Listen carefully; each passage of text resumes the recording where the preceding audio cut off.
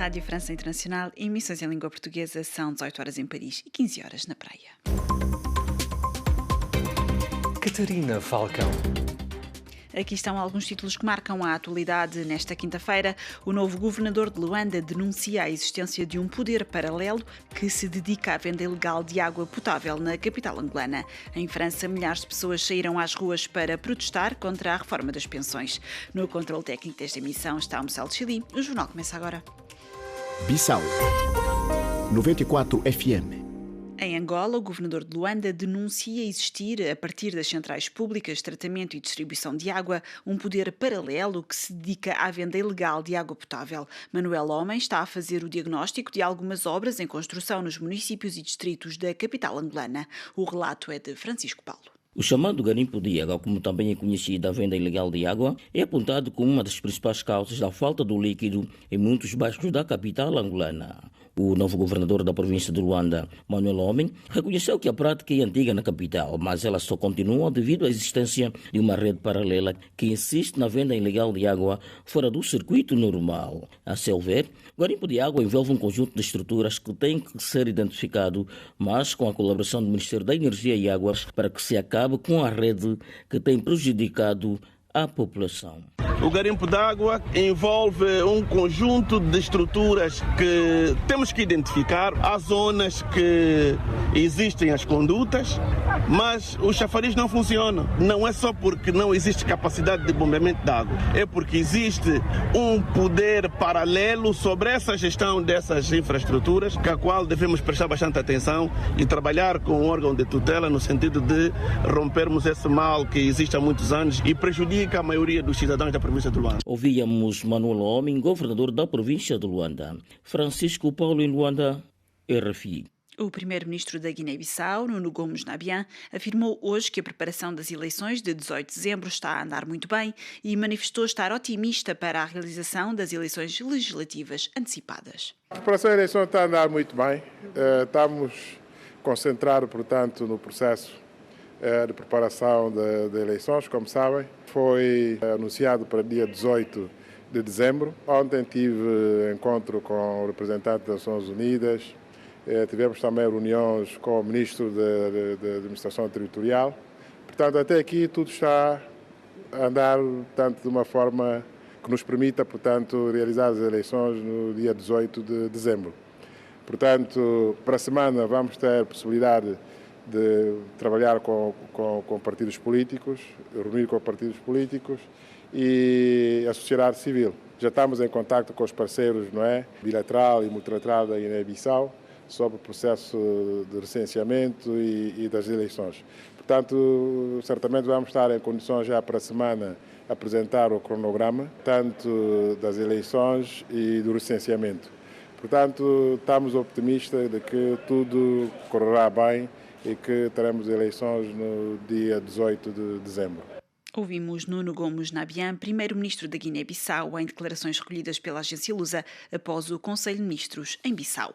O crescimento da economia cabo-verdiana voltou a acelerar no segundo trimestre deste ano para quase 18%, o que se soma a 16,8% nos primeiros 3 meses deste ano. Segundo o relatório das Contas Nacionais Trimestrais, o Produto Interno Bruto, o PIB de Cabo Verde, cresceu 17,7% em volume no segundo trimestre, desempenho que se compara com o crescimento de 30,8% no mesmo período de 2021, face à praticamente completa paragem da economia no segundo trimestre de 2020, devido às restrições para conter a pandemia de Covid-19. Praia 99.3 FM.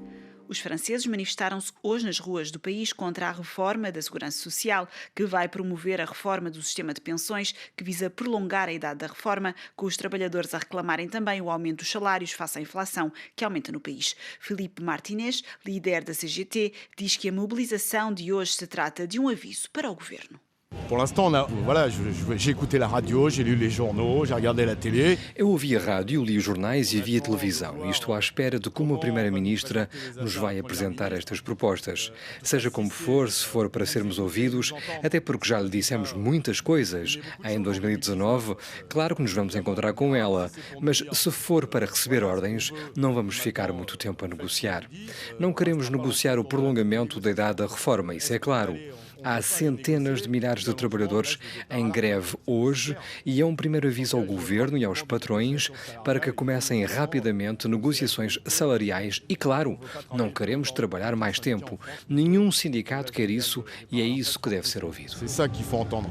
Ouvimos Filipe Martínez, líder da Central Sindical da CGT, em França, em declarações recolhidas em Paris pelos jornalistas da RFI Anne Verdaguer e Jade El-Khoury. Em França, 2 casos mediáticos de altos dirigentes de partidos da Aliança de Esquerda, a NUPES, dão conta do assédio moral e violência contra mulheres. Nathalie de Oliveira é antiga vereadora da Câmara de Metz, no leste da França, e atual deputada socialista pelo Círculo da Imigração à Assembleia da República em Portugal. Para a deputada, a denúncia destes casos é positiva, mas no caso das acusações da deputada dos Verdes, Sandrine Rousseau, num canal de televisão contra o seu colega e dirigente do partido, Julien Bayou, admite que o ideal seria que fosse a justiça a pronunciar-se, mas que o importante é garantir a proteção das mulheres. Mulheres reivindicam nem só igualdade, mas respeito pelo facto de ser mulher e de não ter que sofrer de qualquer violência quando militam, quando fazem política. De facto, para resumir, não é uma forma muito adequada, não parece a mais adequada de denunciar atitudes violentas por parte de líderes políticos, mas o resultado é eficaz.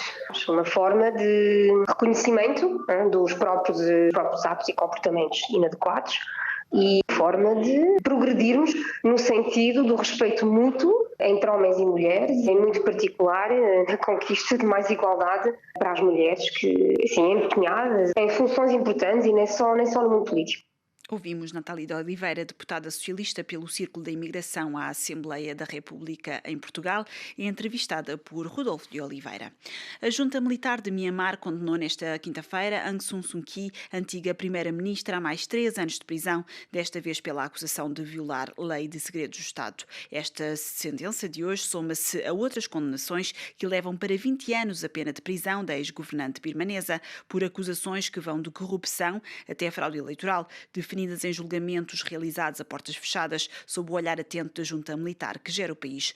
Aung San Suu Kyi é recipiente do Nobel da Paz de 1991, tem 77 anos e está detida desde o golpe de Estado de fevereiro de 2021, enfrentando outras acusações que podem acumular até 120 anos de prisão.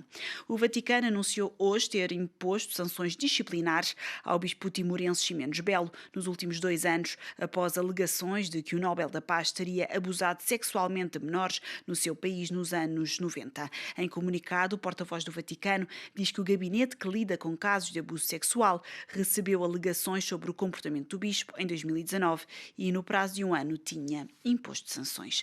A Guarda Costeira da Suécia detectou hoje um 4º vazamento nos gasodutos Nord Stream que ligam a Rússia à Alemanha através do Mar Báltico, incidentes denunciados pela NATO como uma sabotagem imprudente. Os gasodutos estão no centro das tensões provocadas pelo corte do fornecimento de gás russo à Europa, como resposta às sanções ocidentais pela invasão da Ucrânia.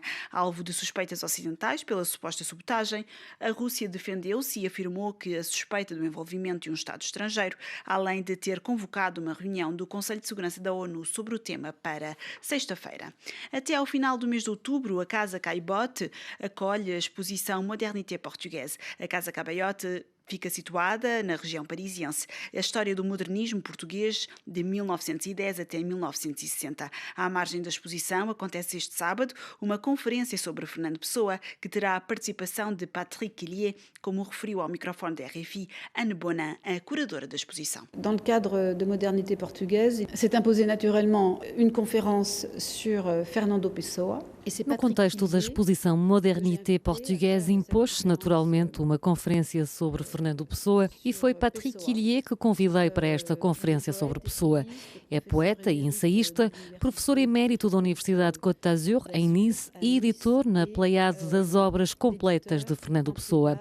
Claro, eu também lá estarei e vai ser fascinante porque ele tem uma forma muito viva e erudita de falar deste poeta que ele conhece muito bem e do qual é, sem dúvida, um dos maiores estudiosos da atualidade. A conferência acontece este sábado, pelas 15 horas, numa sala de conferências ao lado da Casa de Caillebotte. Et c'est dans une salle de conférence à côté de la maison